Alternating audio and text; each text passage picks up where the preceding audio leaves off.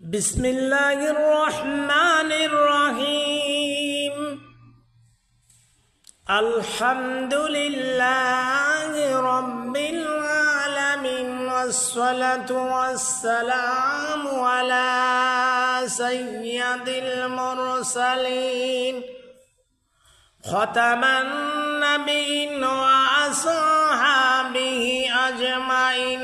আম্মা বা'দু ফাআউযু বিল্লাহি মিনাশ শাইতানির রাজীম। বিসমিল্লাহির রহমানির রহিম। ইয়া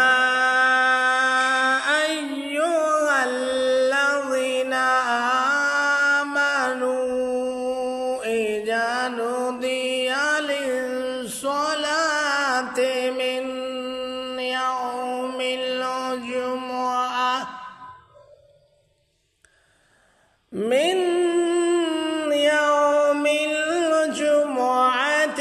فاسعوا إلى ذكر الله وذروا البيع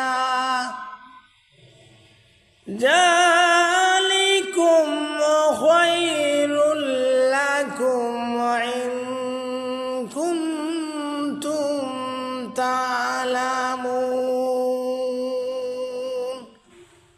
পবিত্র কুরআনুল কারীমের ৬২তম সূরা সূরা আল জুমআহ এর ৯ নম্বর আয়াতে মহান আল্লাহ রব্বুল আলামিন এর জুম্মার সালাত সম্পর্কে আমাদেরকে সতর্ক করে দিয়ে বলছেন সুবহানাল্লাহ। সালাত হচ্ছে আরবি শব্দ, জুমআহ এই শব্দটিও আরবি। কাজেই সালাতুল জুমআহ মানে জুম্মার সালাত।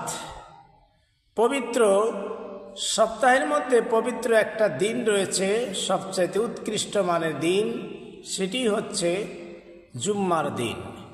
এই জুম্মার দিনে আমরা গ্রামে শহরে বিভিন্ন স্থানে জমায়েত হয়ে জোহরের পরিবর্তে জোহরের সালাতের সময় যে সালাত জামাতবদ্ধভাবে জামাত হওয়া জুম্মার নামাজের জন্য শর্ত, জামাতবদ্ধ হয়ে একত্রিতভাবে যে সালাত আদায় করি তাকে বলা হয় জুমআর সালাত।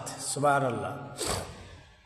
এই জুম্মার সালাত এর গুরুত্ব এবং ফজিলত অত্যাধিক।